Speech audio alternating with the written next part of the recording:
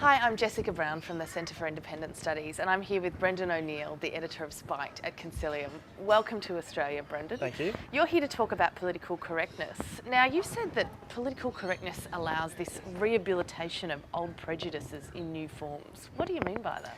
Well, I think the interesting thing about political correctness is that it doesn't necessarily do away with old kind of cranky right-wing prejudices which used to exist in the past. In fact, it kind of gives them a bit of spit and polish, glosses them over and turns them into new prejudices. And there are a couple of good examples of that. I think one is the way in which political correctness rehabilitates the idea that the races are different from each other, that blacks are different from whites and from Chinese people and so on, but it does it in PC language. So it says that we have to have respect for cultural differences, we have to have respect for people who live different cultural lifestyles. So it takes a very old idea, which is the idea that the races are separate somehow, and just kind of updates it. But it still remains a problematic idea. But I'm just very interested in the way in which political correctness does that, in the way in which it dusts down archaic, old-fashioned, outdated ideas and gives them a new lease of life.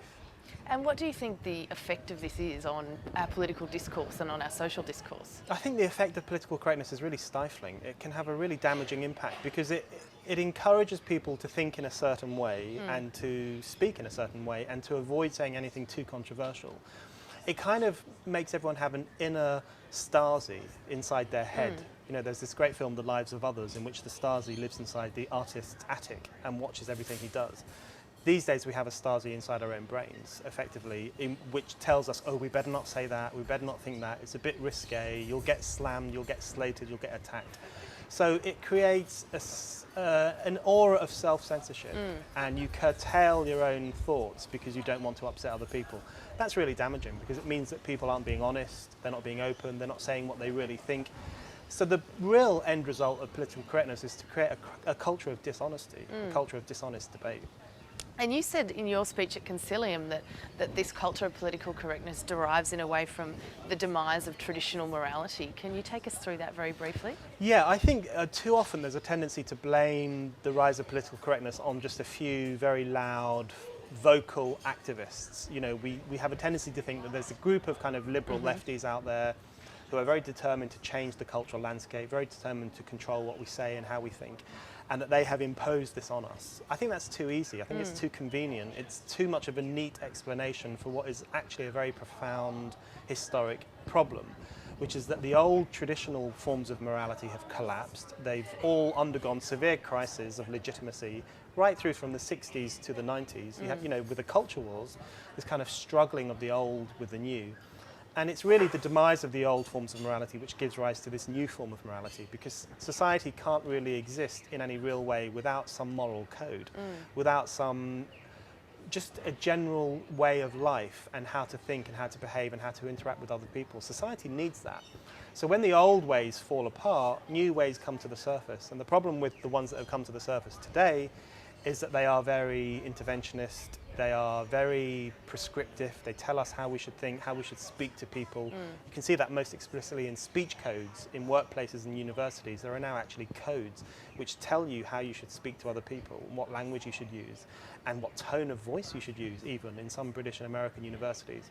That's a very good example, I think, of the way in which the collapse of the old morality gives rise to this crisis mentality, where you think, well, how do we control people's interactions? And it's done in a very crazy, uncouth fashion.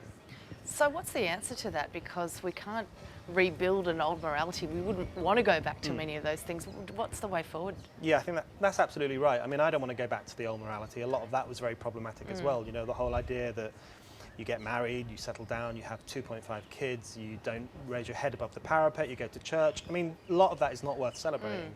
There are some good things about the collapse of the old morality. It gives people more choice.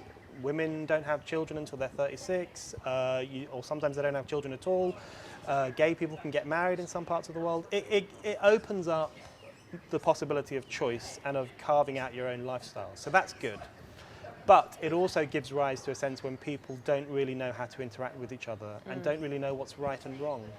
And the old traditional morality, even if you disagreed with it, it gave people a script from which they could kind of learn how to interact with others, through which they knew what was good and what was bad. And when you don't have that, it creates this space for moral opportunists to come in and create a new moral order. And the people who have done it are very illiberal, very anti-free speech, very interventionist in personal life, as we see with the nannying and the nudging lobbies who want to tell us what we should eat and how we should live and how many miles we should run a day. So there's good things about the collapse of the old morality, but there are bad things. And in terms of fashioning a new morality, I think it just needs to be done with as much public discussion as possible. Engage the public, ask them what they think, see what their political priorities are, rather than having a situation which we have now, which is a fairly small cliques of people devising morality in a very ad hoc, knee-jerk fashion, because that's the worst of all worlds. What about, you've spoken before about university campuses and debate on university campuses. How do you see this playing out there? Well, university campuses are in many ways a barometer of where society is going. In Britain in particular, where I'm from, often lots of the authoritarian political ideas will have their origins in universities. Censorious ideas, the idea that people need to have their speech and their thought controlled, that often comes from universities. So they're a good place in which to get an insight into how society is going to go. And it's crazy, I think, because we have a situation where these are supposed to be seats of learning, where you're supposed to be experimental, you can say what you want, you can look into knowledge, you can just let loose for 3 or 4 years and be a real intellectual experimenter. But these days, universities in America and Britain in particular are very stifling. They have speech codes, they tell you how to interact with other people. Certain forms of knowledge are seen as illegitimate. There's a questioning of old-fashioned Enlightenment knowledge in preference of kind of particular culturally specific forms of knowledge. So the university is really a key place in relation to political correctness, because in many ways it's the collapse of the authority of knowledge, the collapse of the tradition of the Enlightenment, which happens in the university, which then gives rise to the PC craze. So universities are in some ways responsible for what's happened because of their abandonment of the old forms of knowledge and ideology and morality and everything else.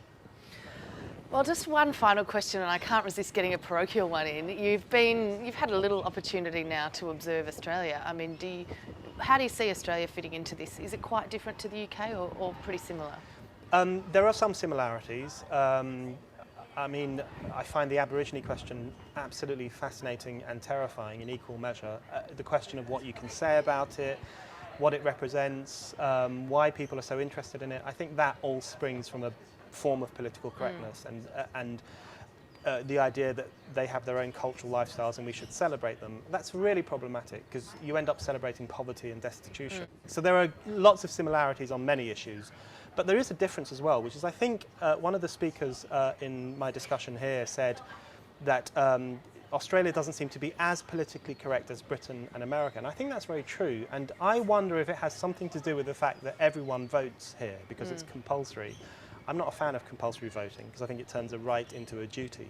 However, I wonder if one of the spin-off effects of that is that politicians have no choice but to take on board what ordinary people think.